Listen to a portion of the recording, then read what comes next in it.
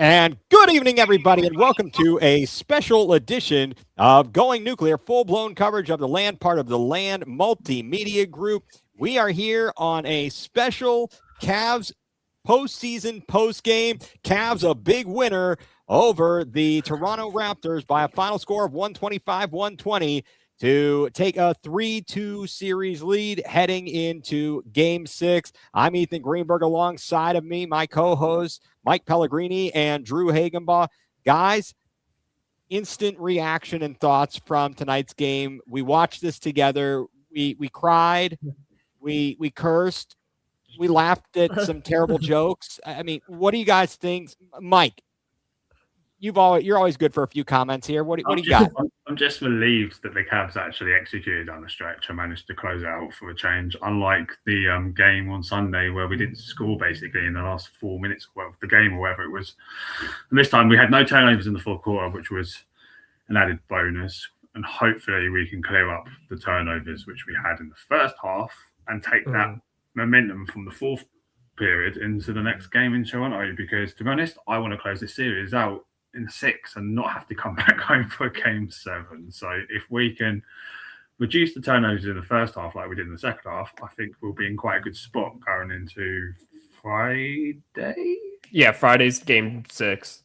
Okay, Friday's Game 6. What about you, Drew? I mean, what are your those are Mike? I think you're spot on in your points there, Drew. What do you have to add to that, and what were your kind of feelings? A big shout out to Dennis Schroeder for his 19 points off the bench. Heck yeah, we'll get around to that. Role players at home. Why can't they do it on the road? Yeah, we'll get to that.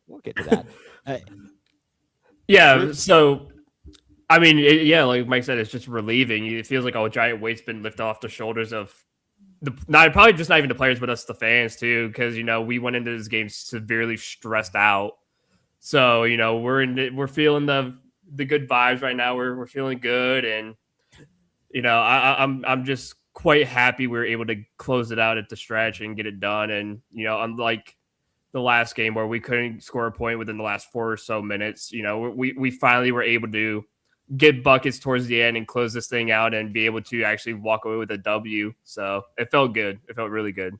It did. It absolutely did. I mean, you talked about not being able to score in those last 4 minutes or so up in Toronto on Sunday. We couldn't even grab a rebound. For the last 5 minutes and 57 seconds of that game on Sunday. We couldn't grab a defensive rebound. That's how bad it was. And in that game, nobody could score. In this game, Toronto play defense. Nobody wanted to play defense. And all of a sudden, the Toronto Raptors look like they're the Boston Celtics the way they shoot threes. But part of the problem is the Cavs defense. And that's what we've seen all season long is they are consistently inconsistent. And we talked about this a little bit throughout the game in terms of what do we think the biggest issue is and the main culprit for the inconsistency. Was it all the injuries and the lineup changes? Is it an attitude? Is it, and I feel like there's an attitude. There's a lack of, I don't know, heart out there sometimes and just a willingness to put your butt on the line. Well, I mean, it's also a lack of respect for that as well. Too. Yeah, because it felt like these guys came in and think, oh, this is easy. Then you go quickly up 2-0 and you're like, oh, okay, this is a walk in the park. Like, we're going to sweep this team or we're going to do a gentleman sweep. And next thing you know, they come in and beat the brakes off of you the next 2 games. And now everything's not so fun and not so easy. So, right. It's a massive attitude problem. It really is. Then you got Kenny Atkinson after Game 4 coming out and saying the Raptors did what they're meant to do by defending home court. Dismissing that really didn't matter that the Cavs lost the first 2 road games when it kind of does. It absolutely does. Look, that's a coping mechanism. That's a strategy right there to try to make it sound as if you are not overreacting because you want to remain calm in those situations. Like tonight, for example, Jacoby Walter. Yeah. He averaged 7.5 points a game this season. He did shoot 40.9% from 3. So he's not a bad 3-point shooter. Tonight he was just shredding us. He went 6 of 14 on three. Now, most of that damage was done in the first half, but he was wide ass open. He was wide ass open far too often because there are constantly miscommunications on defense by the Cavs. Guys are missing a sign. It's terrible. And again, I don't know what the hell is going on. Why they can't get. Is that a chemistry issue, or is that more of a mentality issue? Like, I think it's a bit of both because they aren't as familiar with one another. These guys have just come together, and with injuries, it's been ridiculous. What did they have? 41 different starting lineups in 82 regular season games. And tonight, talking about let me. This is actually the first game all year, because I know Bryant was active for at least one of the Toronto games. This is actually the first game all year the Cavs have actually had like a deep potential to have like 11-man strong rotation, because this is the first game where he's actually features when everyone's been available. Right. It's true. But so Jacoby Walter shreds us for 20 points. And then you've got also Jamison Battle comes in. He scored 7. It was a quiet 7, but I saw him shoot a 3 and I absolutely wanted to vomit. Yep. As I said while we were watching the game, he's the guy that's what he does. That's what he's going to do to you. You can't let him come in and shred you. I mean, don't you have the scouting report? And then Jamal Shed off the bench scores 18 points. He shoots 4 of 10 from 3. I mean, the only thing that saved us here is that Brandon Ingram left with a heel injury. He played 11 minutes, had 1 point. Scotty Barnes, he had a solid game, double-double, 25 points, 12 boards, 5 assists. And I mean, that was RJ Barrett. Barrett, where did he come from? I mean, that's kind of crazy. And Scotty Barnes had 17, 8 points, 11 assists. So he almost had a triple-double. It's a little bit discouraging when we are allowing guys who we've never heard of to come out and beat us. I've never heard of that. Walter. Yeah, I guess I haven't followed enough. The last 2 games, Well, in the past 2 games, it was Murray Boyles that killed us off the bench, and you hold him up, but then of course Shed and Walter go off for 20 each, and it's like, somebody's got to D up or somebody's got to do something because you can't let these random guys come out and just shred you like this. Right, we are the magic elixir for most teams who are struggling offensively. Also, this is the best game Jakob Poeltl's had this entire, because he had 14 points and like 9 rebounds. Yeah, 14 points, 9 boards, 3 assists. No, Jakob Poeltl was pretty decent for the Cavs. This is kind of crazy. So we ended up with Mobley and Harden are the only players who scored over 20 points. They both ended with each, right? And both 23. Mitchell had the 19. Go ahead, Mike. I'm wondering what happened to Mitchell, because in the first half he only played 15 minutes. What was his total minutes in the end? Because 31 minutes. Why was he only playing for that so few minutes in the potential game 5? It might be no one's been told us about? Was he on a minutes restriction that no one knew about? Because why did he only play 31 minutes? I don't understand that. No, that was my thought. Was it like a knock or something that we weren't told about? Did he have something in practice, or was it something earlier in the game and he just kind of felt something and just quietly just sat the bench for a while? I'm going to go with the non-conspiracy theory, and I'm going to go with it was what was working. It was the lineups that were working. I pointed it out to you guys late in the fourth quarter. I'm like, look who's not on the court. Yeah. Donovan Mitchell. And he was back on the court in crunch time. He had some key clutch plays. Even when he wasn't really involved early on, the end of the first quarter, he hits that buzzer beater 3. Things were rocking down at Rocket Arena. And then they fell back apart and they played terrible. They gave up 40 points in the second quarter. The turnovers were killing the Cavs. Mm-hmm. And I know people were going to, want to crush James Harden. He had 6 turnovers. You can't do that. I've got a stat for him here, actually. He's had 4, 5, 8, 7, and 6 in the 5 games. Yeah, it's not good enough. You can't do that. You really can't. The biggest or one of the big impact players, of course, was Dennis Schroeder. Yeah. Schroeder with 19 points off the bench, 2 assists, shoots 3 of 6 from beyond 3. I was shocked that he was in. And I said to you guys, another person we didn't play, Keon Ellis, would have expected him to be in the game and give us some defense. But how many minutes did Brian get in the end then? Because obviously we've been beating the drum asking him to play in this series. He got 5 minutes, and they were all, I believe. No, early on. They were very early on. They were in the second quarter. Did he come in the third at any point? No, I think it was just in the second quarter. He got 1 assist, had 1 turnover, and got 1 steal. But I want to see him. The fact that he's available, they need to take advantage of that. What did you guys make of the move by Kenny Atkinson to change the starting lineup and take Wade out and insert Strus? Was that an overreaction and an overcorrection for the lack of offense on Sunday? Drew, what do you think?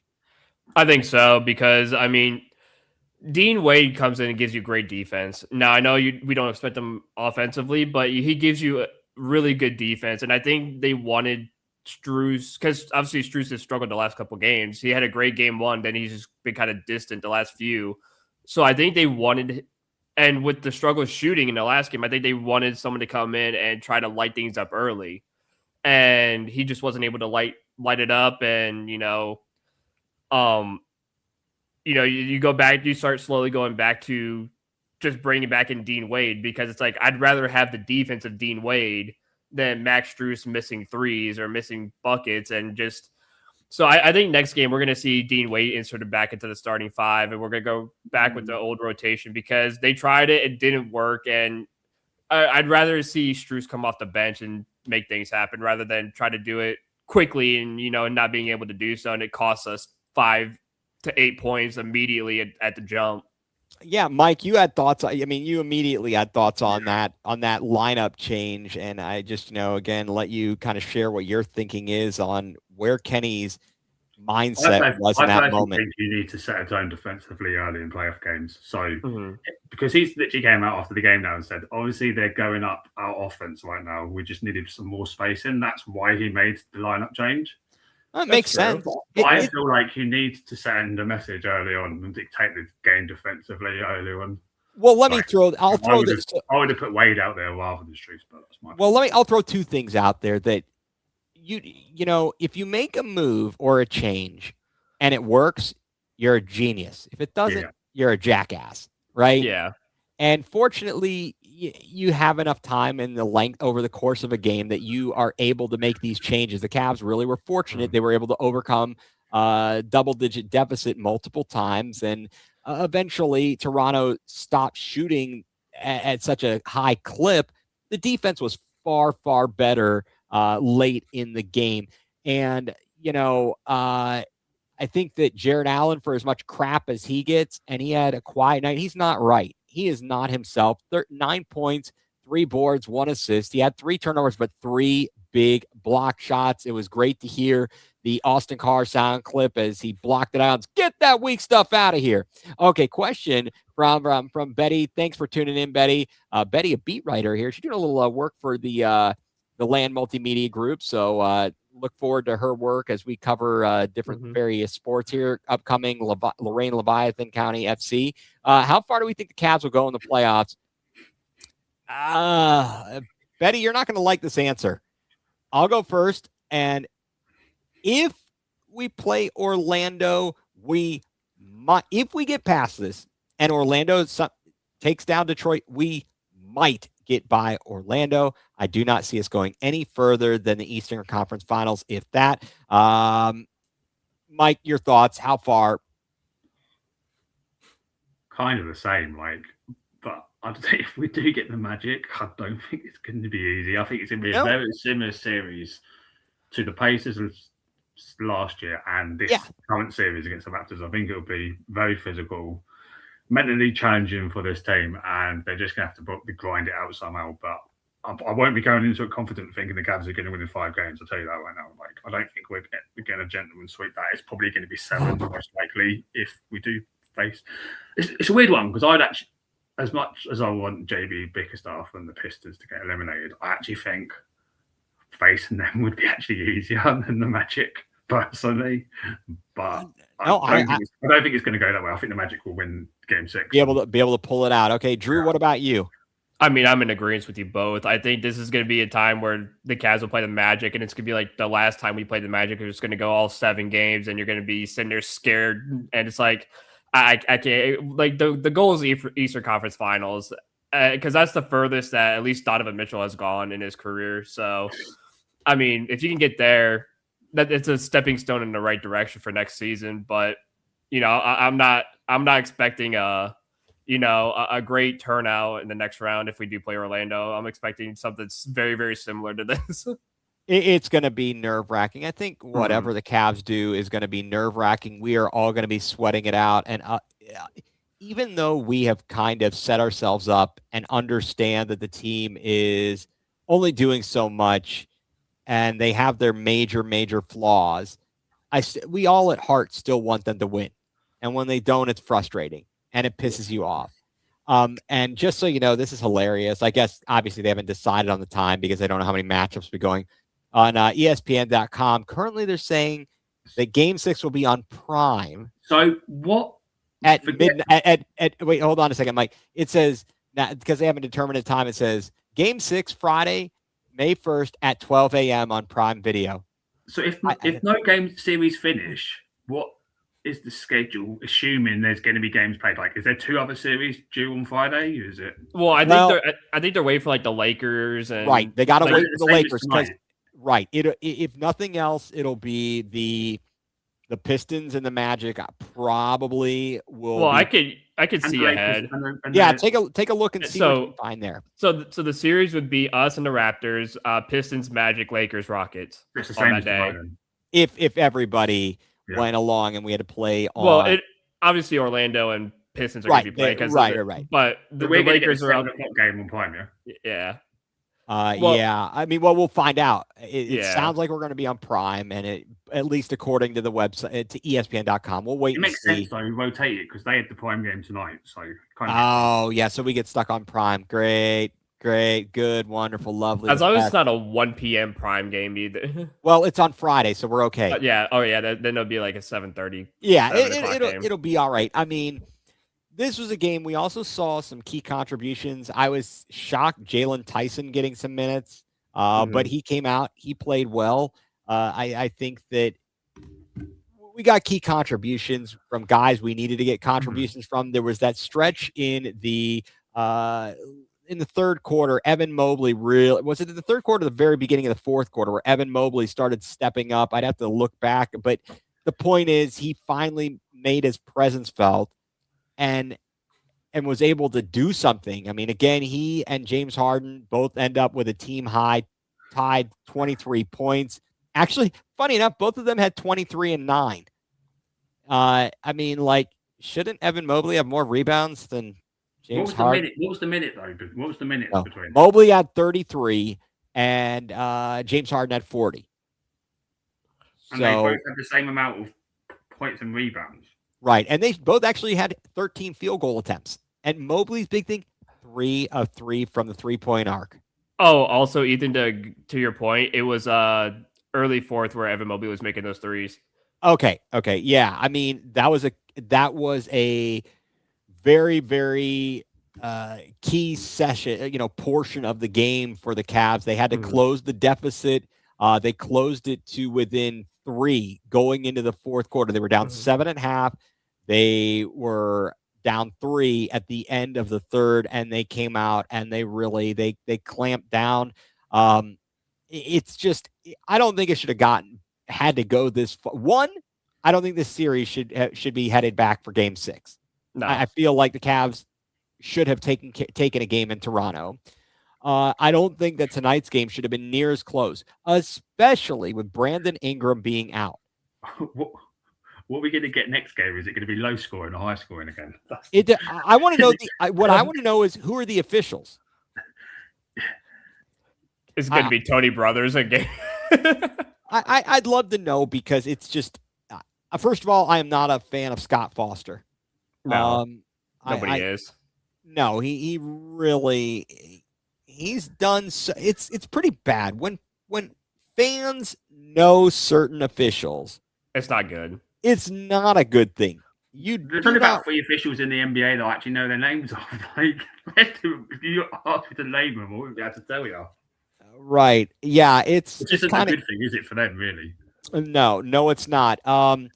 Yeah, Cavs with it. So again, folks, a little just here post-game wrap-up. Cavs victory over to the Raptors, a 3-2 series lead, a win down at Rocket Arena. Cavs win 125-120. So a good day in downtown Cleveland. The Guardians with a win.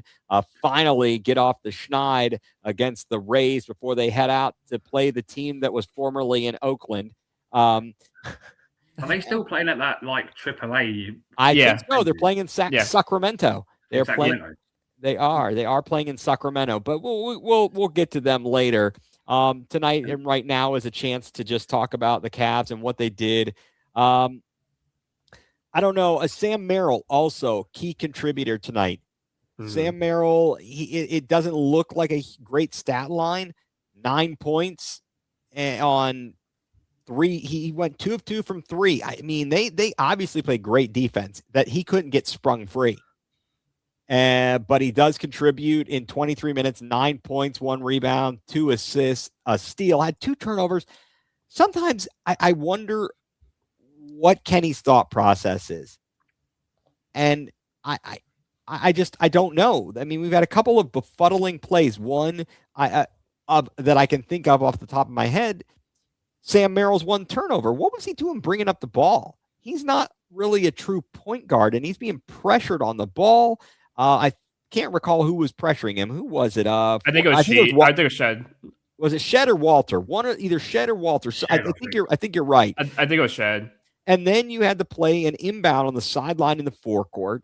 Mm-hmm. The ball had been knocked out of bounds, and I think Harden was inbounding it. He gets it into Allen outside the 3-point arc, and he starts to dribble with it, and ultimately gets knocked around, and they end up on the floor, and it gets taken away. A turnover. The Cavs, the points they gave up off turnovers, that you cut those out. This game is an absolute blowout.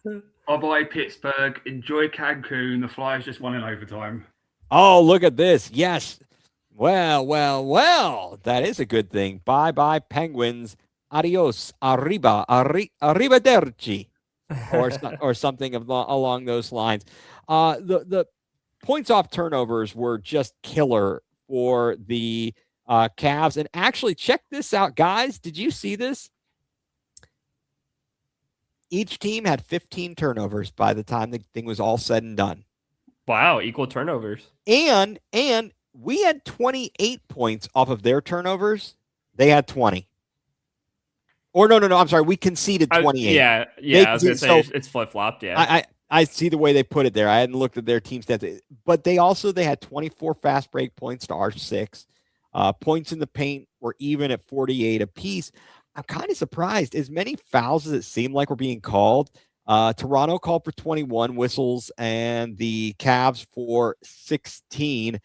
I mean, Toronto, it says they led 58% of the game. Yeah. And I mean, I'm glad the Cavs could come back against them. And I would normally say I wouldn't expect that against other teams, but in the way the NBA plays, it's so frequent now that teams come back from double-digit deficits to win a game. So I don't know. I mean, going into game 6, guys, after this performance, do you think the Cavs will be ready? If Brandon Ingram doesn't play, what are Toronto's chances? It looked like Scotty Barnes got a little bit banged up. Just what are your expectations going into game 6, Drew? Well, if they're going into the game banged up, then that should give you a bit of hope and a chance because from what the broadcast was saying too, Murray Boyles is still dealing with that shoulder injury, and that's why he really didn't. I mean, he played 26 minutes, but it could be why he wasn't super effective. Was that he probably couldn't get a shot up because his arm's just like dead, and I think it was a shooting arm too because he's lefty. So you know, that helps a little bit. Obviously, Brandon Ingram, if he's not there, that helps quite a bit. You know, that's a dangerous guy if he gets hot. So it gives you a little bit of hope, but you know, you have to start. It's like we've always said all week. You know, they got to be fast. They got to get out fast, get a quick, you know, double-digit lead, get up early.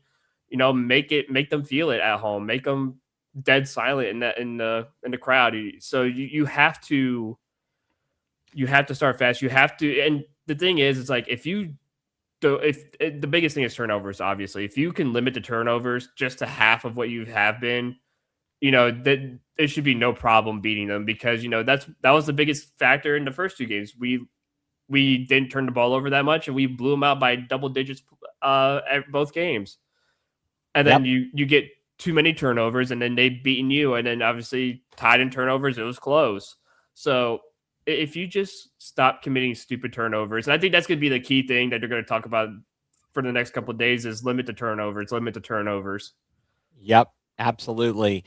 Mike, what are your expectations or feelings of post-victory and thinking ahead to Game 6?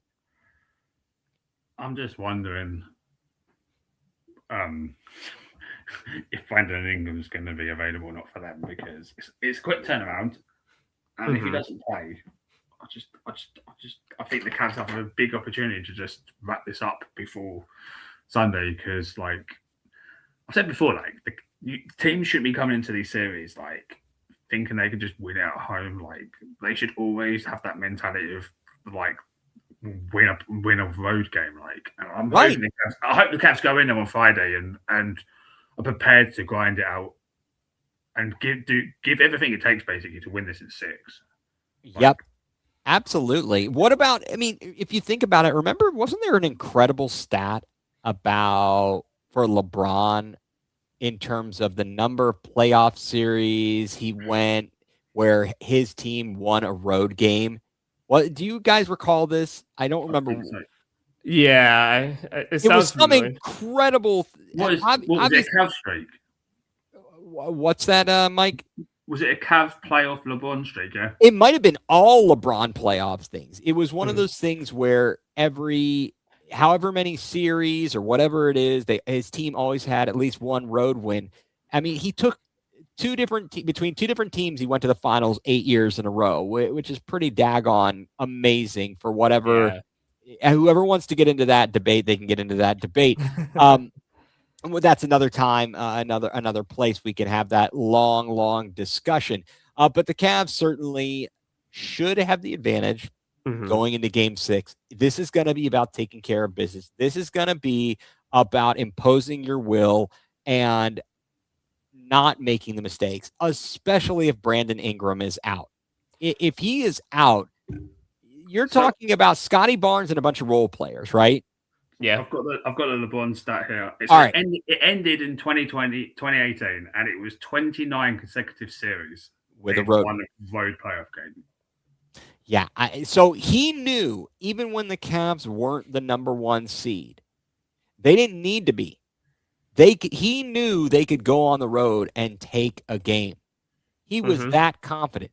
I'm not so sure about this team, but they need to have that kind of mentality. The problem is, if you don't have that mentality, your margin for error is so thin. Right. Yeah, no. It is, because if you're just assuming, okay, we're going to take care of home court, you got to be. Look at Boston, right? They've lost 2 home games against the 76ers. And I don't even get that. Like, how? It's like I just don't even get it. Lose at home in the playoffs, like. I don't even know what is going on with the Celtics. Are they, as the saying goes, are they playing with their food? Didn't they win Game 4 by like 30 in Philadelphia and then lost by like double digits yesterday?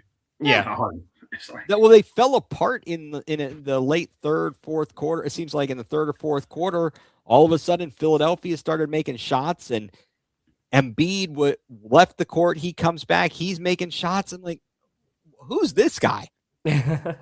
Who is this guy? Yeah, as nice as it is to win, obviously I'm in a much better mood when they win than when they lose. it doesn't necessarily leave me feeling at ease with the task that is still at hand. Yeah.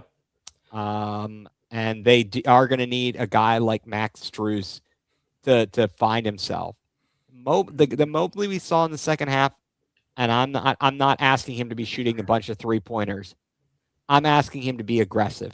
He actually played well in the second half for a change. Oh, he did. He really did. So guys, this is the discussion we've had. He can be very good. Yeah. But he doesn't do it consistently enough. And that's why we're looking at him as a trade asset. You know what the funny thing about that as opposed to our future. So on our watch along we did privately, we were literally talking about Mobley's first half performance, and we're like, if he plays like this for the rest of the series, his trade value is going to drop. But then he turned it around in the second half. Right. He's serving a dual purpose right now. If the Cavs lose and he's playing well, then you can use that as a basis to trade him. Although some in the front office might feel like he still has a very, very high ceiling. I just don't see him reaching that. And you can't keep relying on that. Our opportunity to win is now or within the next year or so. That maybe Harden's here another year. If we can get that out of him, Mitchell, we'd like to keep him here. I hope that they'll be able to do that. And certainly winning will help that cause. If they can get to the second round, if they can get to the Eastern Conference Finals, that would go a long way. But the Cavs are the only team that can offer him that kind of money, though, as well, right, for Mitchell? I believe they can offer him the most. Yeah. So the way the salary cap is set up and everything, and the max contracts, etc. But we're going to have to do something. If the Cavs fall short of the title, and unless Mobley somehow starts to just play magnificent every night and becomes a force to be reckoned with, I don't see how you keep going on with him and down this path, because there are too many nights and too many times when he's a good guy. He's too soft-spoken. He is not an enforcer, and that's what you have to be. This is what the Pacers were last year. They were complete opposite to Mobley and Allen. They weren't the most talented team in the world, but they had 4 or 5 guys who were just nasty and horrible to play against.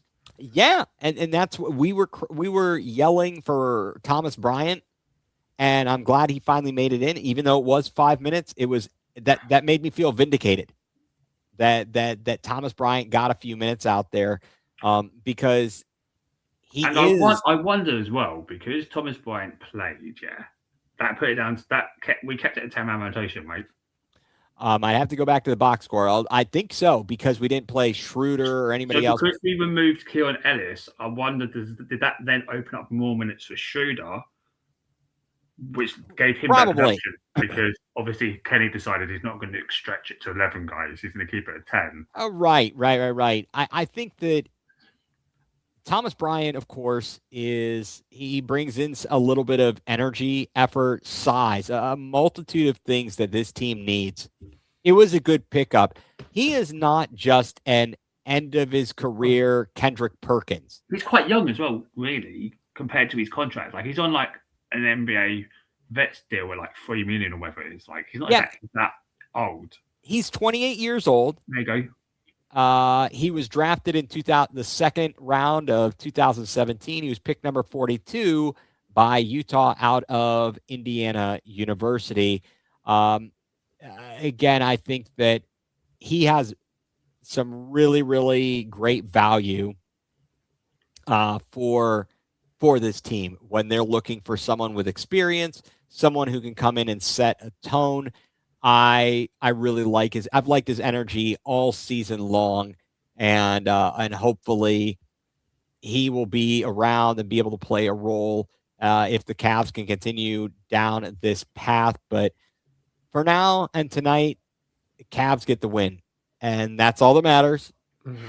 Sometimes you have to grind it out against the teams that are not as potentially not meant to be as strong as you. Sometimes you just have to grind it out. Oh, right, and you're gonna get the Magic a few years ago. We got to Game 7. It wasn't pretty. No, it wasn't, and I believe that this team is just as good as others we've had. Not including the LeBron years. LeBron years, then those teams, those are different stories, especially during his second stint. Like we used to sweep those series in like 4 games, and we used to win by double digits in every single game. Like most during that period. The Cavs just I mean, there were the years. I think in 2016 when we won the title, I don't believe we were the number 1 seed in the East. I believe maybe Atlanta was or Toronto, and we went in and we scorched them. We just destroyed them. It was crazy. I know we were living in the nightmares of Kyle Lowry and DeMar DeRozan. Yeah. I mean, so, here it is. Nate, yes. He confirmed. It was Atlanta. Yeah, just obliterated them. They had Kyle Korver on that team, didn't he? Yeah, that was a team of Kyle Korver, like Jeff Teague. That annoying bunch. Who was the guy who played Al Horford? Oh, Horford. Jamal Crawford played for them, didn't he? Yep. Yeah. And LeBron James has to just live in his head as well. Yeah. So this is just one of those years that you're gonna have to go out and you're gonna have to. There it is. Kent Bazemore. Oh my God, man, Nate, thank you for joining us. All knowledge. I forgot about Kent Bazemore. Oh my God, I don't want to think about these guys.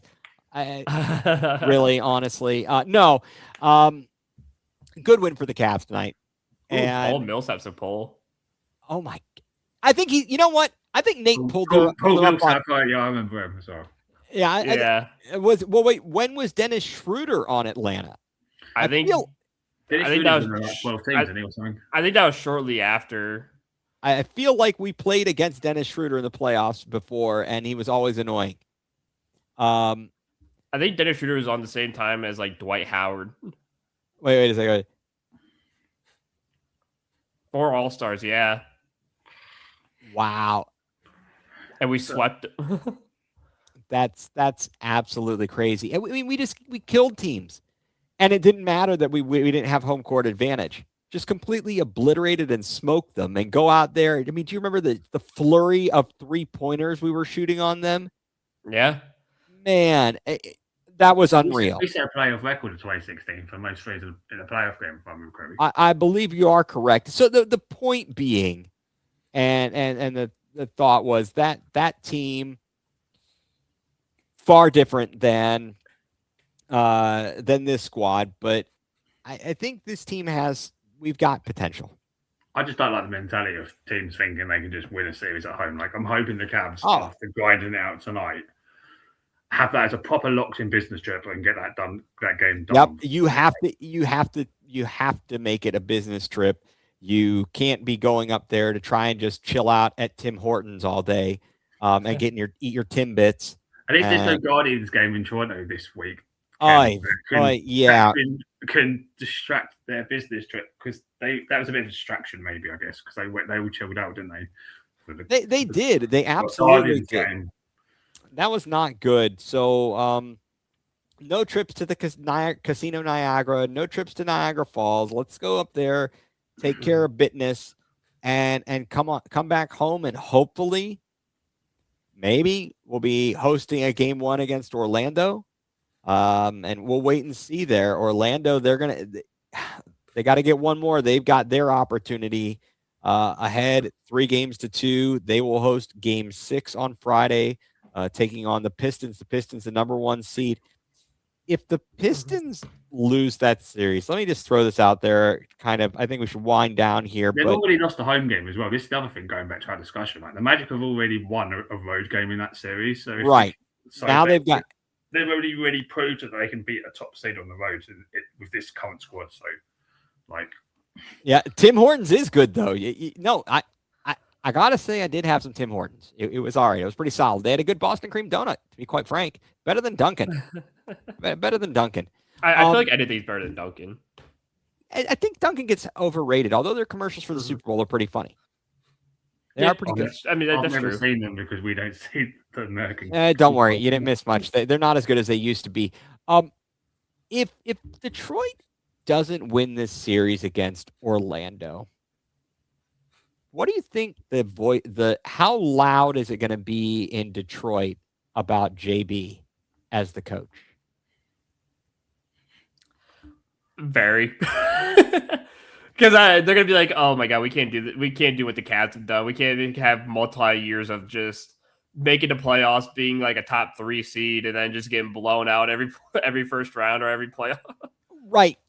I think, Mike, what do you think? I mean, do you think that it's going to start getting noisy in Detroit if the Pistons get knocked out? Probably, but at the same time, I'm like, can they really fire him? Because, like, where were they for years before? Oh, they were horrible. They were horrible. Yeah, and Nate says, yeah, they'll be fine. Add young team that's a piece away. Okay, but I'm going to throw something. They don't have enough scoring. That's the problem. Like tonight, they needed Cage to drop 45 points to win that game. Okay, but here it is. I'm going to start dropping dimes here. I'm Kevin Love. I'm dropping dimes. Look, this is the JB mold. Let's look at what he did with the Cavs. He comes in, he turns this thing around. We start out as we get into the play-in. We get knocked out. The next year, we come in, we have home court and get our butts handed to us by the Knicks. The lights were too bright. Oh, is that? Yeah, I think that was it. And then the next year, we take we defeat Orlando in 7, and then all the injuries, we get crushed by the Celtics, and that's the end of the JB era. So the JB season was the season where in game 82 we decided to lose against the Hornets to then face Orlando Magic in the first round rather than the Bucks. And then we would rather play the Celtics where we got killed in the second round. Right, exactly. Yeah. So he had Donovan. So in the first couple of years, it was just the big 3. It was Mobley, Allen, and Garland. And then they added Donovan Mitchell, right? I believe that was the course there. He had 2 seasons. Did he have 2 seasons with Donovan or just 1? He had 2 because he came in the first time we played Orlando. Yes, yeah. Well, this is his 4th season with Spurs. Wait, say is his he played in the Knicks series, didn't he? It feels like he did. I can't remember. Actually, I don't know. I'd have to look. He must have came after the play-in season where he came in after the play-in where we lost to Atlanta. The Knicks, the Celtics, and the Pacers in the last 3 playoffs. Right. So I think that essentially we had teams there, and like he's got in Detroit, they play tough physical basketball. You've only got one true real scorer to count on there, kind of like Cade Cunningham, Donovan Mitchell. And at some point, I think that he can only get so much out of these teams. Whether it's due to a lack of talent, I could say no, because I think it's certainly the Cavs lineup that he had. We've seen they did even though they didn't go any further than he had taken them. We've seen that virtually same roster can do better, can win more games and get more. You can get more out of them. Kenny got more offense out of them. If they don't win, he might be going into next year, potentially things are going to start getting a little loud if he doesn't make it further. But they are the favorite against Orlando. I know it's a tough task to come back down. As we know, coming back from down 3-1, that's a hard ask. And Orlando might be without Franz Wagner. We'll see. We'll see what happens. He didn't play tonight, and the Magic were down most of the night. They cut it to within 3 under a minute to go. But Detroit held them off. So it will be very curious to see what happens. It'll be curious to see what happens with the Cavs coaching situations. As we talked about it during the broadcast, the fact that we're seeing the same problems over and over and over and over again. And is it really the coach or is it the players? Coach does prepare the team for the game. Yeah, he prepares them, and he's yelling at them during timeouts as to what to do, but they don't listen. Why aren't they executing? Well, that's the thing is like I've always said the coach can only do so much. It's up to the players to execute because you can always draw up a game plan. It could be the best game plan possible, but Right. the players got to be the ones to execute it. You can't. The coach can't be relied on to do everything. Like it's not like Kenny Atkinson can go on the floor and hit jumpers himself. Like Right. he's drawn up the plays, and sometimes they look like great plays. It's just we turn the ball over and we don't execute, and next thing you know, timeout when Donovan Mitchell's at 7 seconds and he's about to hit and he almost did it again tonight. He almost Yeah. did it again tonight. I mean, this to me that's coaching malpractice. it is. You've got to be on top of that stuff, and that's something that I think he needs to look at, and his assistant coaches need to look at and be on top of it. I mean, remember when Damon Jones saved David Blatt, or not Damon? I mean, Ty Lue saved David Blatt in that Chicago series when he was about to call timeout. And we had no timeouts left. It feels like you've got to have your assistants on top of this stuff, and someone's got to be in your ear or right away. It's just, I don't know. I feel like, well, we're going to enjoy tonight's victory, and for as long as it goes, we'll keep enjoying it. And if it ends before we're hoisting a Larry O'Brien trophy, then we'll have these discussions about the coach. I still think though, whoever comes out of the West is going to win this championship. I believe so. Although theoretically, let's say it were the Cavs to reach the finals, we actually didn't do too badly against the Spurs. Did we win? I was about to say we needed to be the Spurs because we're like, haven't we won like 4 of the last 5 games against them or something? Well, I mean, we only play 2 games against them a year, and I think we beat them both times. I think we beat them both times last year, if I remember correctly as well. Yeah, which is kind of and last year they may not have had Wemby for one or both because of his injury. But again, it gives you some hope out there. So much left to be decided. I just wanted to look it up, but yeah, Cavs did beat Spurs both times this year. We won it back in December 5th. We won 130 to 117. Then we won later that month on the 29th, 113-101. Yeah, we had to make up for the fact that we blew that game on Christmas Day. Yeah. To stupid New York, ruined my Christmas Day. Bastards. And Nate is calling his shot. He says Cavs will win game 6 by 7, 118-111. So he feels like the shots are going to be falling up in Toronto on Friday.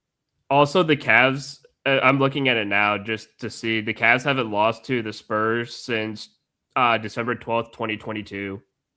Wow. But the Spurs have been bad.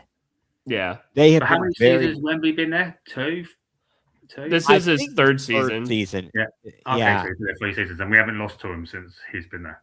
Right. But they have been very, very bad, which is crazy to think because they had such an extended run of success with obviously Tim Duncan and David Robinson. It's weird though. The Thunder match up poorly against the Spurs, but then we match up well against the Spurs. Yeah. The DeRozan Spurs, Nathan. The DeRozan Spurs, yes. Yeah, the DeRozan Spurs, exactly. Good call. Man, Nate's on fire tonight. He says he thinks he remembers the game we lost. Boy. Oh boy. There. Did we lose over? Or did we win in overtime to them on the road when Kyrie was playing? I swear. Oh, I remember the Kyrie game. Oh yeah, that was a OT one, wasn't it? Seems very familiar. So but the point being, it's kind of crazy that the Spurs went through such a long period of success, and poor Popovich. I mean, health, it sucks. It sucks getting old. Poor guy, just with his health issues and everything. But that team, Manu, Tony Parker, like what? And Tim Duncan, and just a bevy of role players. And then they added Kawhi to that too. Right, Kawhi. Was it? Is it Bowen? It was Bruce Bowen. Bruce Bowen. Big Shot Bob. Robert Horry. Yeah, wasn't that the 2007 finals where it was like Bruce Bowen, Horry, Manu, Duncan, Parker. Oh, they swept us, didn't they? Oh, yeah. I mean, LeBron was only 21, 22. years old. How did LeBron get that team to the finals against that Spurs team? How did that team win 60 games? Who the 2007 Cavs. They didn't win. No, that was that wasn't 07. That was I thought around that was that time 07. they did win a 60-game season. the next year is when they won 60 plus. And was it the next year we got Shaq too? no, that was 2 years later, I 2 believe. years later, okay. The next year, I believe, is when we won over 60 games because we were the favorites, and then we lost to Orlando in the conference finals because Mike Brown couldn't make an adjustment. Now New York, they've regained control over Atlanta. They're back up 3-2, and with Atlanta now they're in a similar situation like Toronto. They have their backs against the wall. They have to win at home to try and force a game 7. Mike Brown is another coach who I have not really been impressed with. Always lets you down. But they have another team that's won. Atlanta, another team like Orlando, have also won on the road. Like right, their series. They've won again. They've won. But they didn't. But they didn't. They also they've lost at home. But yeah, so they're down, and they've got to come up with a win at home. New York. That proves my point, though. The margin for error, if you're just committed to winning at home, is so thin. Both of them teams have won on the road because they've lost at home. Like right, exactly. But yeah, those Cavs teams. I mean, the one that, as you asked me, how did he was dragging that team along with him.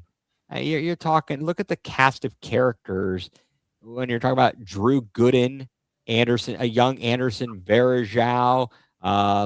Did we have a Sasha Pavlovich? Sasha Pavlovich, yeah. Yep. And then Renewable. Was my good old friend Eric Snow on the team? Eric Snow was on the team? Yes, he was. Eric Snow was on the team. And then Booby Gibson with an all-time performance in Game 6 to knock out the Pistons in the Eastern Conference Finals. I mean... Was Carlos Boozer was on that team too? No? No. I think that was after he screwed us. Oh, yeah. I think that was after he screwed us. How are you going to screw over a blind guy? LeBron, right? LeBron's been like the best player in this series now at 41. Like he's been one of the best 3 players in this series. It's like ridiculous, and it's without their 2 best players, and Austin Reeves and Luka Doncic. They're both out, and like they're probably going to win this series. Austin Reeves is playing tonight. Oh yeah. He's back. Yeah, he's back. He's playing tonight. They're down by like 5 or something at half. They need to take care of business, especially considering the Rockets. What they're without Durant. So anyway, with that being said, guys, we will be looking forward to game number 6 on Friday. Stay tuned, everybody. We plan tomorrow for our regular time slot, 7 p.m. Eastern. Going nuclear. We will talk. We'll talk some more Cavs. We will be talking Gardo's baseball, Travis Bazzana, and we will be talking about the Clowns and their post-draft. I'm sure there'll be some other updates. And what is this? Orlando hasn't blown a 3-1 lead since the Pistons beat them in 2000. Oh wow. Just wow. And the Cavs have never lost a playoff series when they've been 2-0 up, and they're back to 3-2 now. So right, it said we're 10-1 in series. We're 10-1 in when we're up 3-2. Toronto's 0-5 when they're down 3-2, and we're 18-0 when we had a 2-0 lead. So yeah, we're 18-0 when we've gone up 2-0. Yeah. Okay. Oh, I don't know, Nate. What's your? And by the way, the Guardians play 9:40 on Friday. Great. Yeah, because they'll be playing. So they'll be played just as the Cavs game is about to be over, kind of. Yeah. Oh, I played against a team without no city or name. It's funny you say that because I actually had to Google earlier to see when the next game is being played because I couldn't remember where the A's were from. Yeah, Sacramento, baby. That is such a. I wasn't sure if they'd moved yet. Like, right? They're playing in some temporary ground in Vegas, but they're still in Sacramento. Yep. No. Well, anyway, the thought was the Pistons, man. All right, thank you, Nate. All right, folks, guys, thank you for sticking with us. I know it's late here, and this was just kind of a spur of the moment matter here. We said, you know what? Do it live. We'll do it live. We won't write it, and we'll do it live. Thank you to Betty for commenting. Thank you to Nate for commenting. And so that's going to do it for us here this evening. For Mike Pellegrini, for Drew Hagenbaugh, I'm Ethan Greenberg. You have been tuned in to a special Going nuCLEar full-blown coverage of the Land Cavs post-game. Cavs a winner over the Raptors, and we'll talk to you again soon. Stay tuned. Look for us tomorrow night, 7 p.m., part of the Land Multimedia Group.